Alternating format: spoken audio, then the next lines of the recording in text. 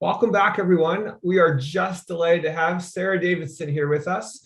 Thanks for those of you who appeared during the breakout room and just allow me to put you in a breakout room and just joined right in. That is the spirit of middle years. We're going to go to the second section of our three-part session today, and Sara's going to talk about working with Indigenous stories. Thanks, Sara. Back to you.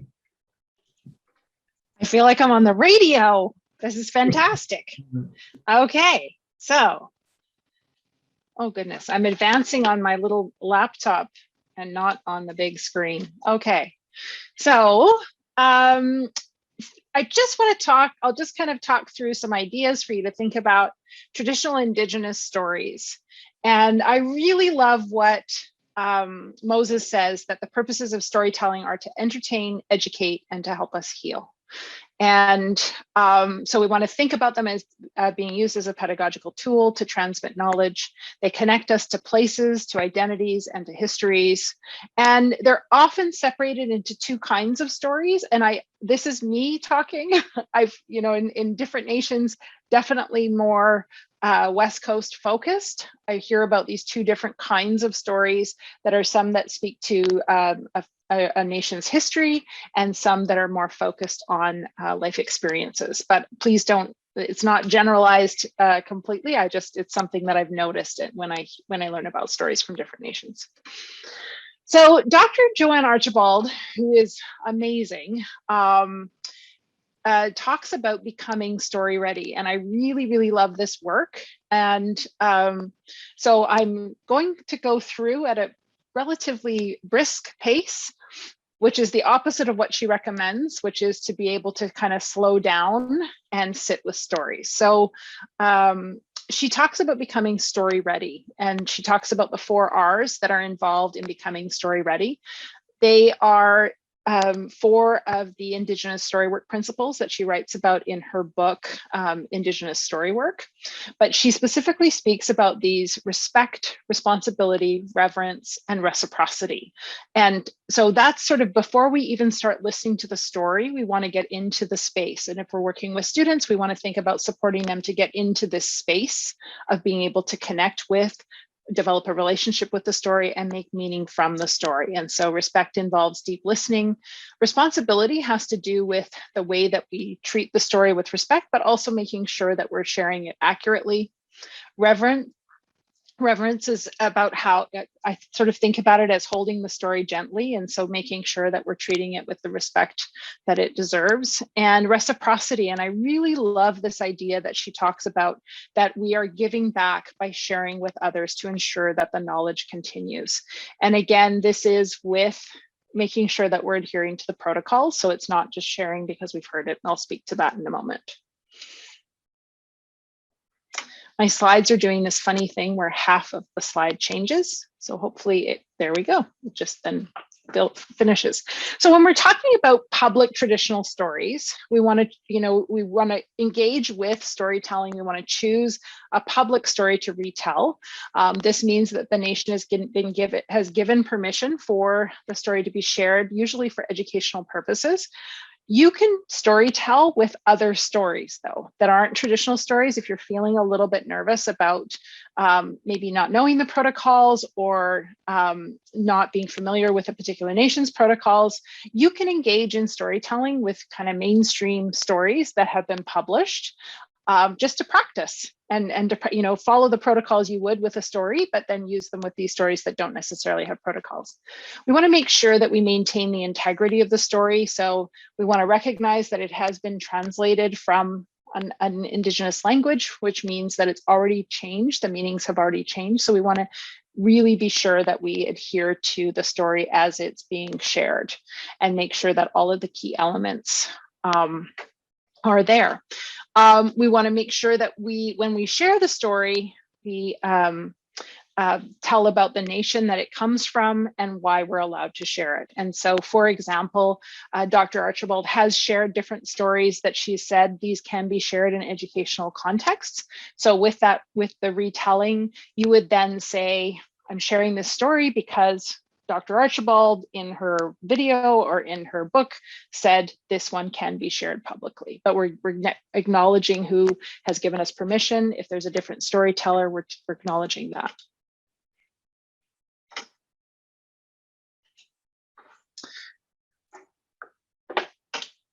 So in, I've actually got it right here.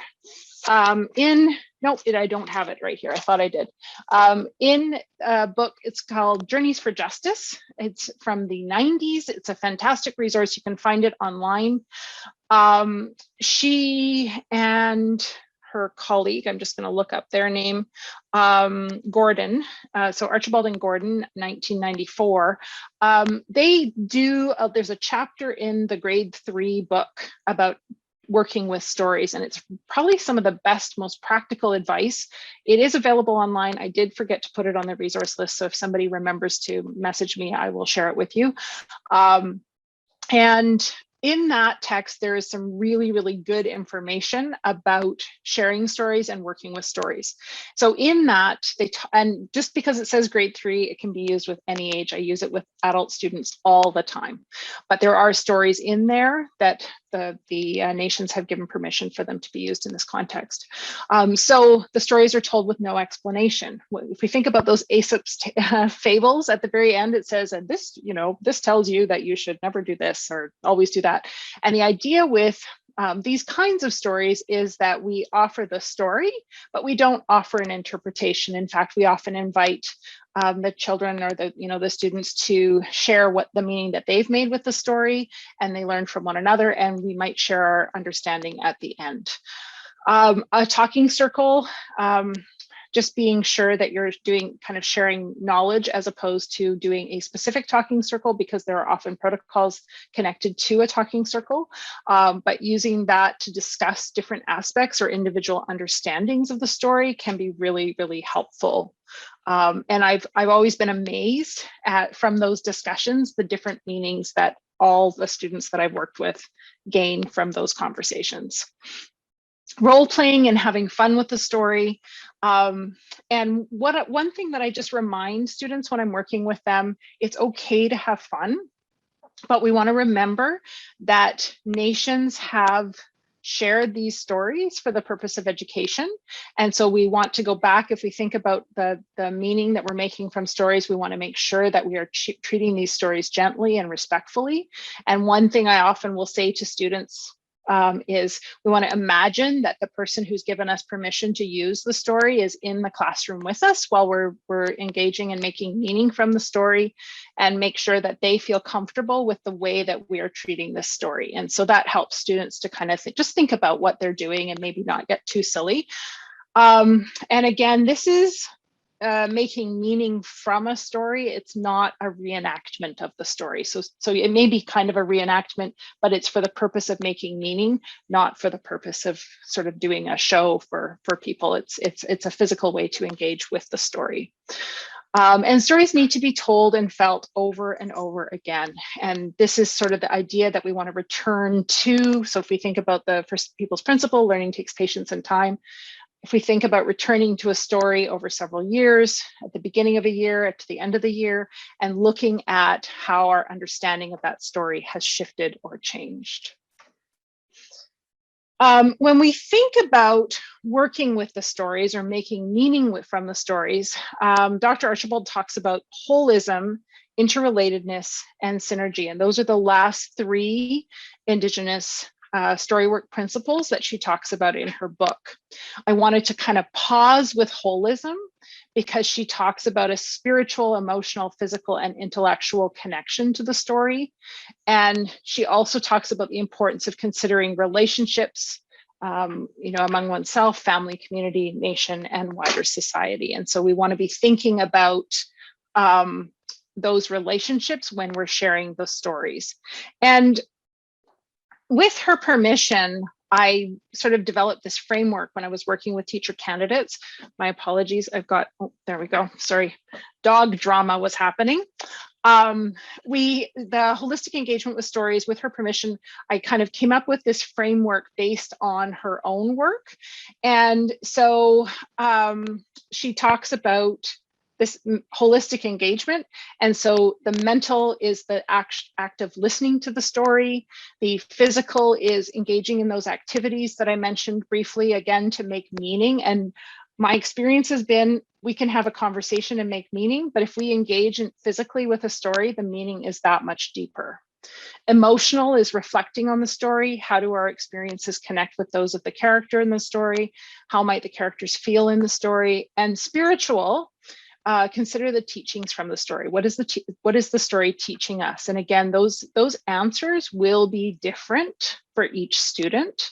There might be some overlap. And I know with kind of English language arts background, sometimes we think about there is this singular meaning, and we want to move away from that, especially when we're working with Indigenous stories, traditional Indigenous stories.